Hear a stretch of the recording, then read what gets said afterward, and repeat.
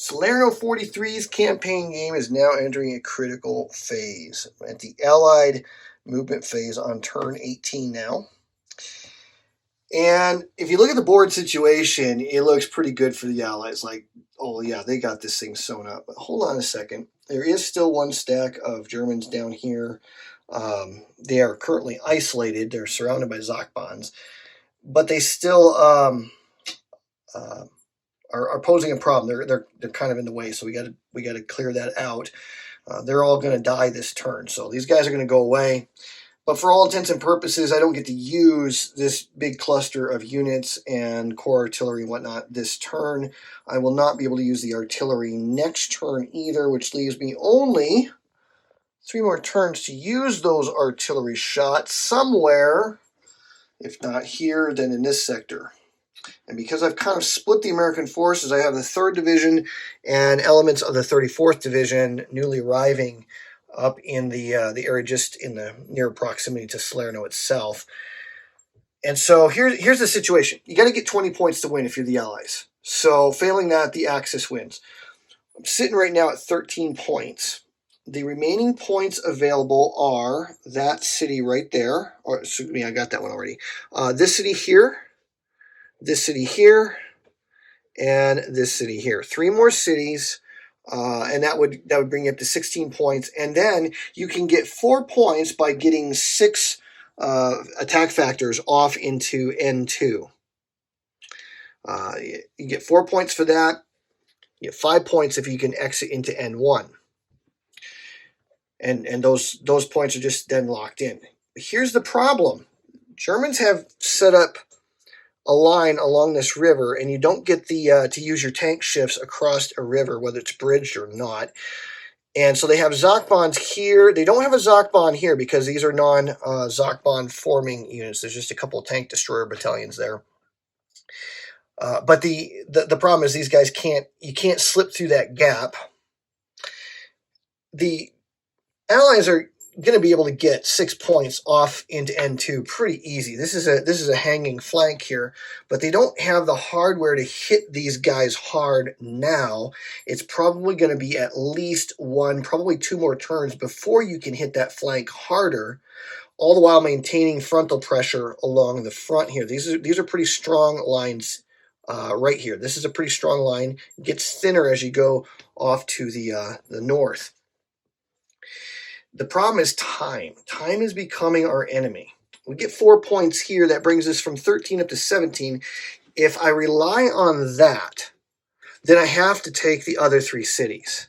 And taking this one is very problematic because unless I can clear out and get across the river to attack it directly, attacking through this town is just going to take too long. Elite units have been pretty successful at determined defense. They've already done 1 successfully. And so even with my naval gunfire, I haven't been able to break through that.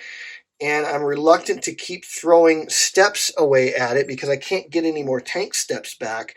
7th Armored's pretty badly battered as it is. Looking at my replacement schedule, I get 2 more infantry replacements, and that's it for the Allies. The Germans are going to get infantry, special, which could be used for their airborne or their recons. Either one of those would be bad for the Allies. Those are pretty good units. And 1 more tank. So they're going to get at least 3 more steps. We're just going to get 1 of each British and U.S. I can't keep throwing good money after bad down there. If I pull these guys back, I can pull them back 2.5, 3, 3.5, 4, 4.5. I can put them into a position to attack across the river at greatly reduced strength. I would be at 1-to-1 odds against the 2. Yeah, both units have a defense rating of 2. They're 1-step units, so they can only take that 1 hit and then be done. I'm going to get at least 2 shifts out of it with the core artillery and the 7th Armored Artillery, but it's away from the coast, so I don't get to use the naval guns. If I throw everything back at this 1 more time, I can get to 4-to-1 odds. And actually, I can get that to 5-to-1 by using Valiant and Warspite. I got 1 more use stat. They can get they'll have another whack at determined defense, but if I can they got 3 steps worth of units there. So if I can impose a step loss on them, drive them out, that makes it a a little bit more challenging for them. But I think that I don't like my odds of success there. My odds of success, I think, are probably better to get across the river. That's where my tanks can actually do what they do very well.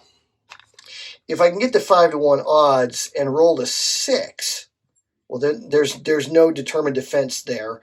And there is a negative modifier for determined defense if you're in those orange columns there. So, I'm really wrestling with this one. I'm really not sure what to do. And I have to make the decision here.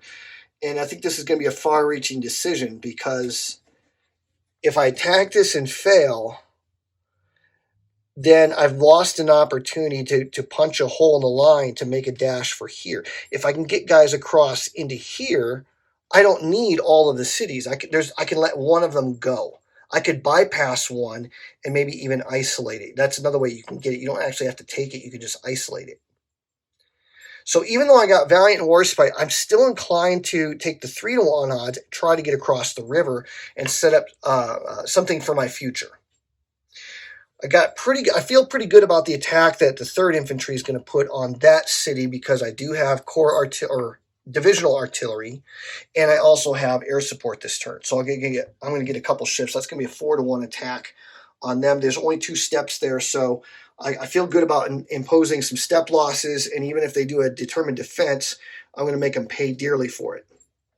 So I plan to attack there. I thought about attacking here or here, but I don't like the odds of that. I don't want to waste my strength. I felt like I got more out of maneuvering aggressively with extended marches rather than attacking at weak odds. This forces a redeployment in a sense. And so I think that if I can just keep that pressure up with the Americans, the Canadians can't come any further to help because of the 8th Army boundary restrictions. So if I can keep the pressure up, I might be able to isolate the town here and still get the victory points without having to break my teeth on it. One last thing compounding all of the decision making is, again, we only have 1, 2, 3, 4 more turns, but look at the weather track position.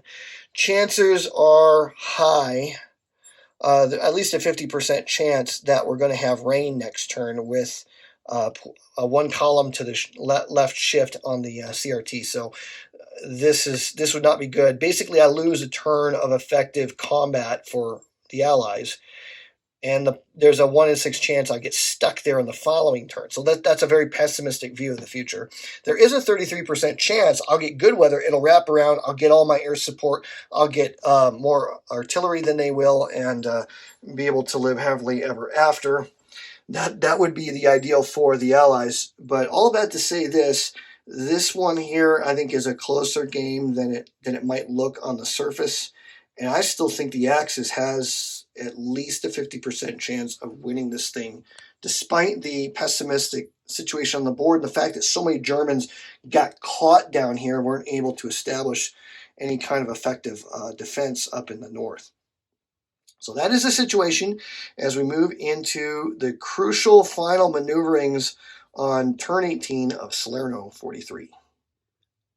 Okay, one quick addendum. I was looking at my attack options here one more time, and I realize that, okay, so I've got the destroyer task force here. I've got the battleships I can use. That's 2 shifts.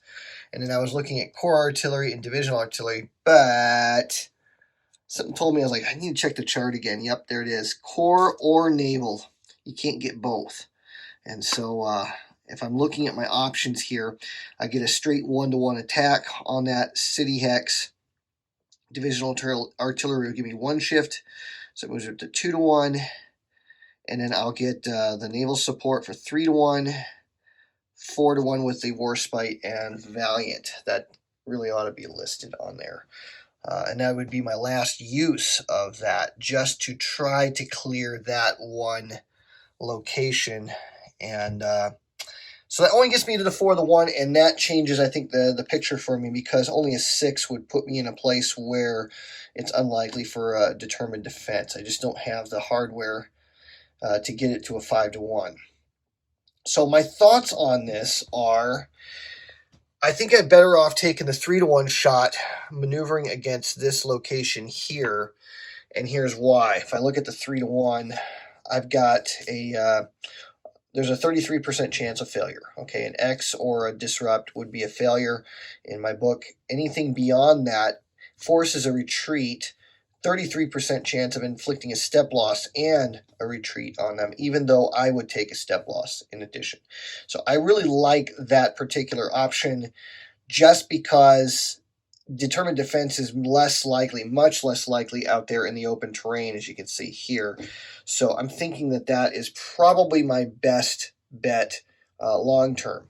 The other benefits are once across the river, I don't have to break my nose up against these cities.